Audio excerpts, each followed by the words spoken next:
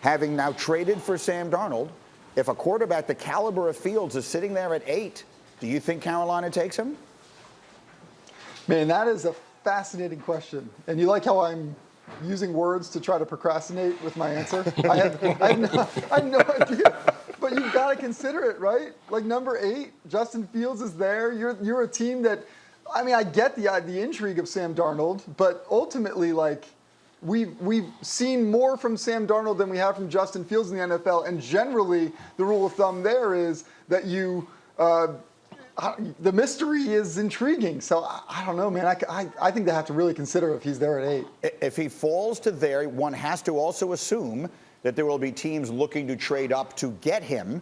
So Carolina will have a lot of interesting decisions to make. D. Wood, you've watched every snap of Sam Darnold's career. If you're Matt Rule, if you're running the Carolina Panthers right now and Fields falls to you at 8, would you draft him?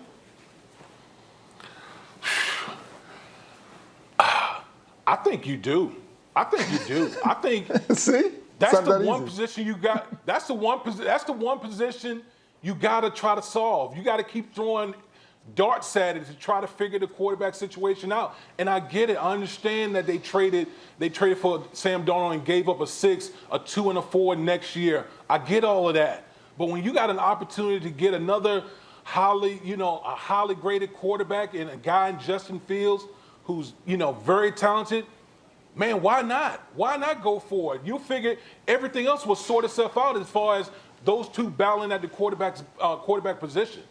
What you can't see is Chris Canty vigorously shaking his head. Go ahead. Well, here's the thing. I don't think they're going to draft a quarterback at 8, even if Justin Fields is there. And it has nothing to do with having conviction on either player, although I love Justin Fields. I think the 49ers should take him at 3. But that's an aside. When you look at the finances of the situation, the Carolina Panthers have already let it be known they're going to pick up Sam Darnold's 5th-year option that pays him around $19 million. And you couple that with his salary of $5 million this year, that's a $24 million commitment. So it seems like the Carolina Panthers are going to give Sam Darnold every opportunity to prove that he is the answer long-term at the quarterback position. And if I'm going to do that, then I've got to make sure that the right supporting cast is around Darnold in order to get a true evaluation of him. I mean, that's been the story of his career with the Jets his first 3 years. So to me, it would be address the offensive line with the 8th overall pick because that group is shaky. He's got great skill position players to go along with. This is a 2-year trial for Sam Darnold. I think Matt Rule and company have to give it every opportunity to succeed. Yeah, if a guy like Penei Sewell could fall to them at number 8, that would seem like a very logical pick. The other side of that, though, if I could push back on it a little, is if you add up what Darnold is getting paid and what the first round pick there would be getting paid, it's a lot less than a lot of other teams are paying for the quarterback position to try and then sort it out between those two guys.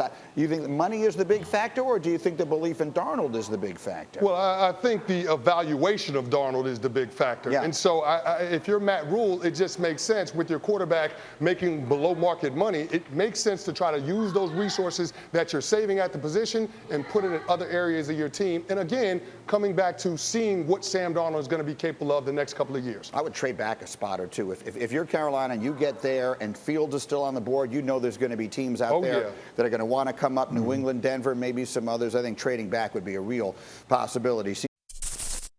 Thank you for watching ESPN on YouTube. For live streaming sports and premium content, subscribe to ESPN+.